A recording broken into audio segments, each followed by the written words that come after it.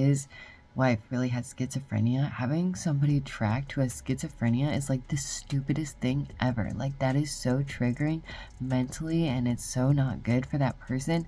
The fact that JP really was like, I had her tracked, yes I did, and then saying she's also schizophrenic, like, in the same breath, bro, are you freaking kidding me?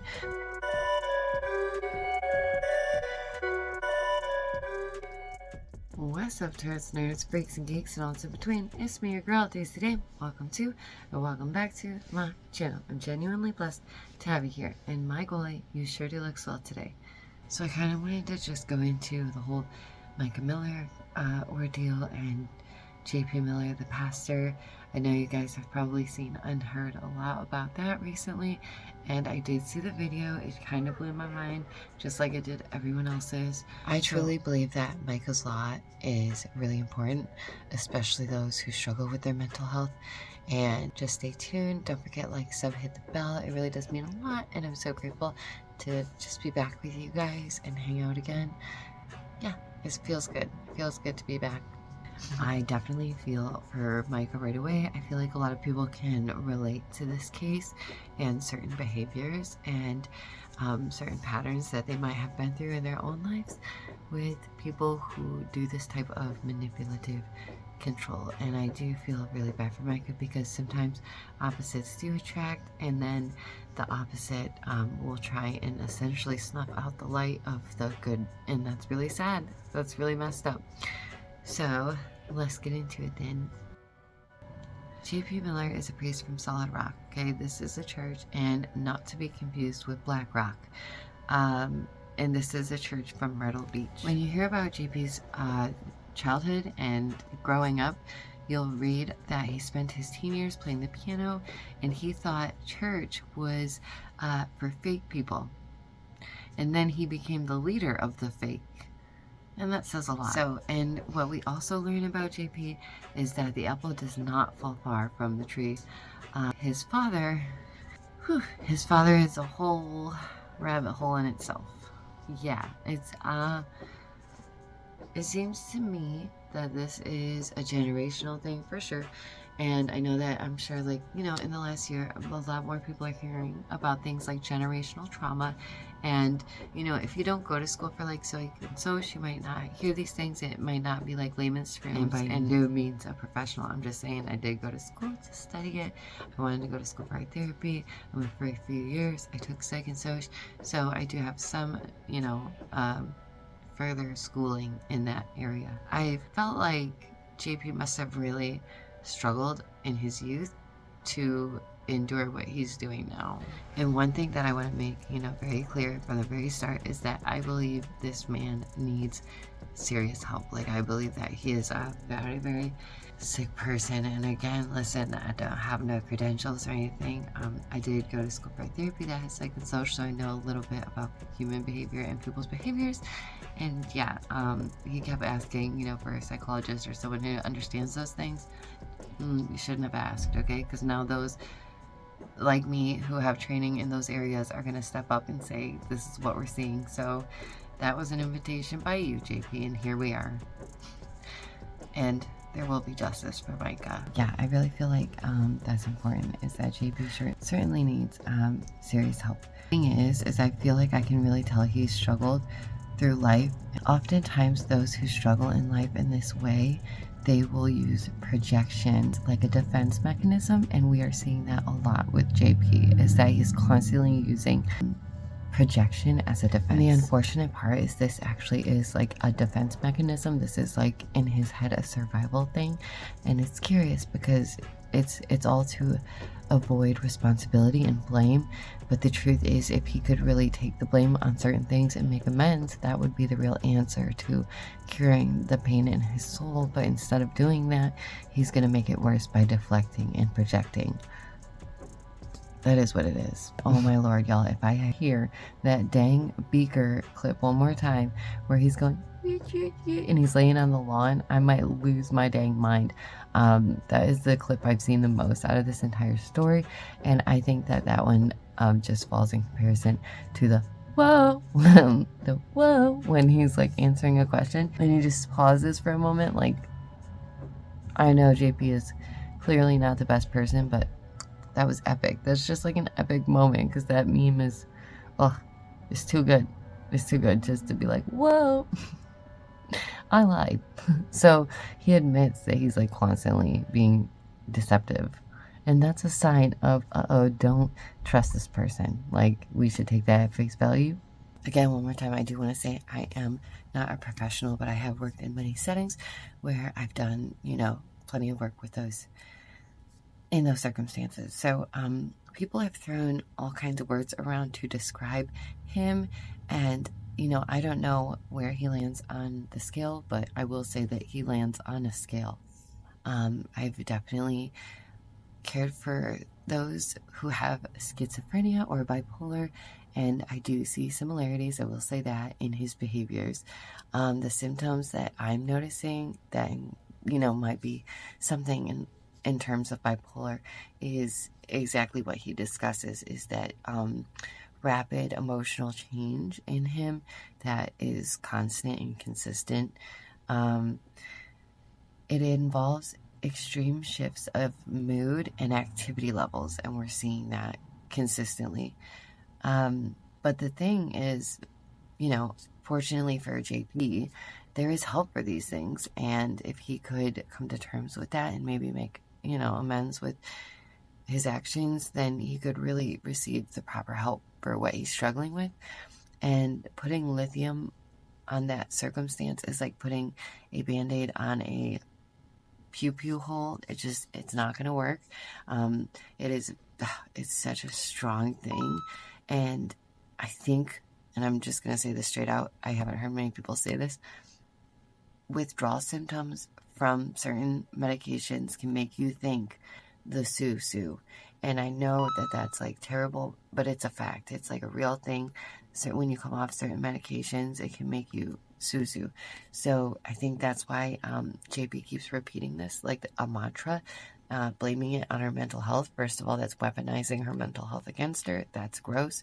But yeah, that's basically what he's doing overall, is weaponizing her mental unwellness. And even if it was there, even if it's not, it doesn't matter. This is how he's behaving. He's not behaving like a grieving husband who cares. He's behaving like someone who's deflecting and trying to save his own butt. Just saying.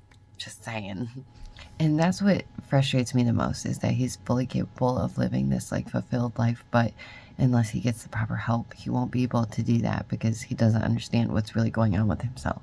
And he wants to blame it on Mica, but Mica's not here to blame it on anymore, JP. So who are you going to push this off on? Is it going to be the next partner you get with? Is it going to be all their fault? What are you going to do then? Like, how can you keep blaming Mica? Well, she's not even here anymore, dude. Like, what are you doing? That's madness. The fact that he's still putting it on her, like, come on, y'all. She's not even here anymore. Like, you can't do that.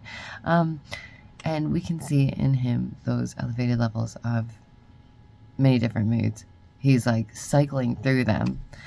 And JP himself expresses and admits, all these things. Here's my 2 cents. Maybe, just maybe, he's been on this for a very, very long time, and sometimes he might have run out early, or, he just didn't have enough for the month.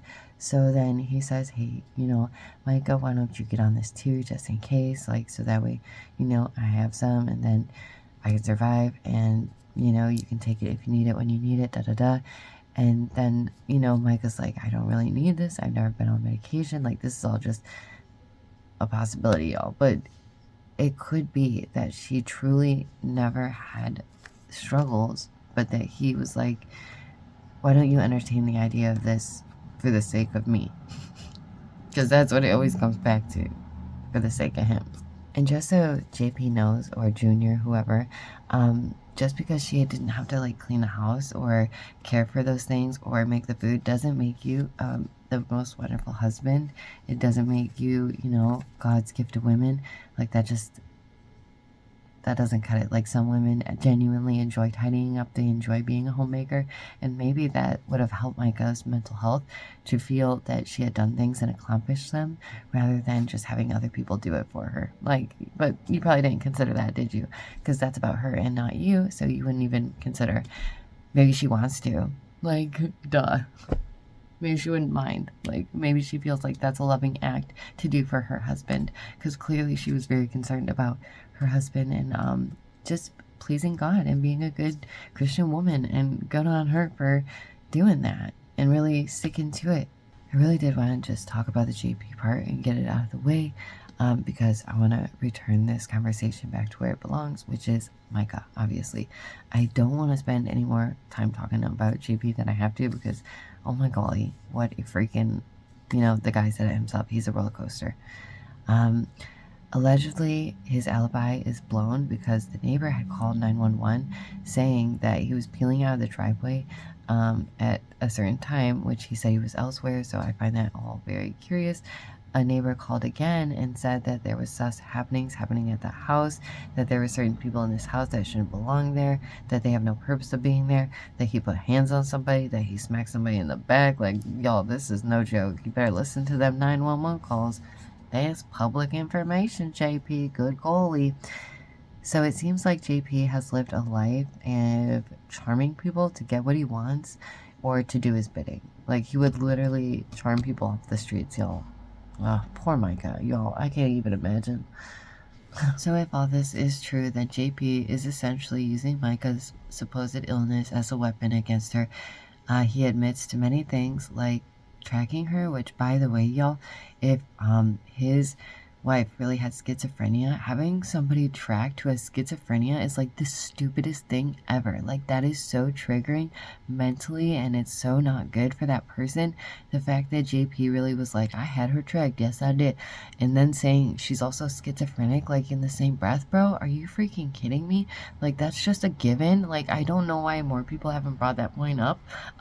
Why would you, if somebody's already having like these delusions of people following them, even though they were having people follow them, that's really messed up. And then to gaslight them, knowing that you gaslighted her, it just shows your personality and your behavior, and it's consistent with somebody that has lied throughout this entire thing and seems to be covering their own cojones, allegedly, just my opinion. Yeah, the fact that he admitted to tracking her, like, this isn't just Life 360 where families can share their location. This was very much a tracker, and yeah, that's gonna trigger her. Yeah, that's gonna upset her. And mind you, these two had been broken up for like how long? Good God, JP. Like, honestly, move on. Like, she had been moved on. She was done, y'all. She was like, I am free. I can breathe again. The Lord has blessed me with another chance. And JP said no. He said, nah, you cannot have that happiness. No. Disgusting. And the truth is, maybe Mica did struggle, but we won't really know. I doubt it, though, because her family said that she had never dealt with these issues. She only did on, after they had gotten married. So, very curious. And also, it seems like JP and Solid Rock Church have a method of dealing with wives when they get unruly or, too bold. And it's happened before where somebody else in their church had claimed their wife was mentally unwell, had tried to have them committed. So it's like a pattern. Gee golly. Like it's a plan. Like, it's, I don't know. It's very archaic. It's very 1800s. I don't know what these men are doing. Like, I understand being a respectful, wanting to be the best wife and be respectful, but like, how much did he expect her to bend to his will? Because that's like, yo, whoa, hey, yo. So I just couldn't imagine being berated or belittled in front of their entire church family. Like, this is Mica's reality. That's something that she actually had to deal with, was the pastor, her husband, berating her and belittling her and bringing her down in front of their entire church community. That's heartbreaking. Poor Mica to have to sit in the freaking pews and listen to that. Listen to him just rip her up. Like, bro, whoa. And that's where I think, sure, Mica probably struggled with her mental health, because I would too if somebody was tearing me apart in front of all the people that I love. I don't know. That just seems pretty brutal. And he seems way too comfortable discussing their issues with everyone when, he said 18 people reached out on her phone to say, hey, Mica, if you need to talk, you can do so. If there's that many people, you shouldn't be thinking, why do you want to talk to my wife? Blah, blah, blah, blah. This is our business. You should be thinking, oh my gosh, do I really come off as this much of a terrible, horrific person that 18 people had to hit up my wife and be like, hey, dude, if you're okay, you clearly don't look okay, but you can talk to me and I won't say anything. 18 people, John Paul. 18 people.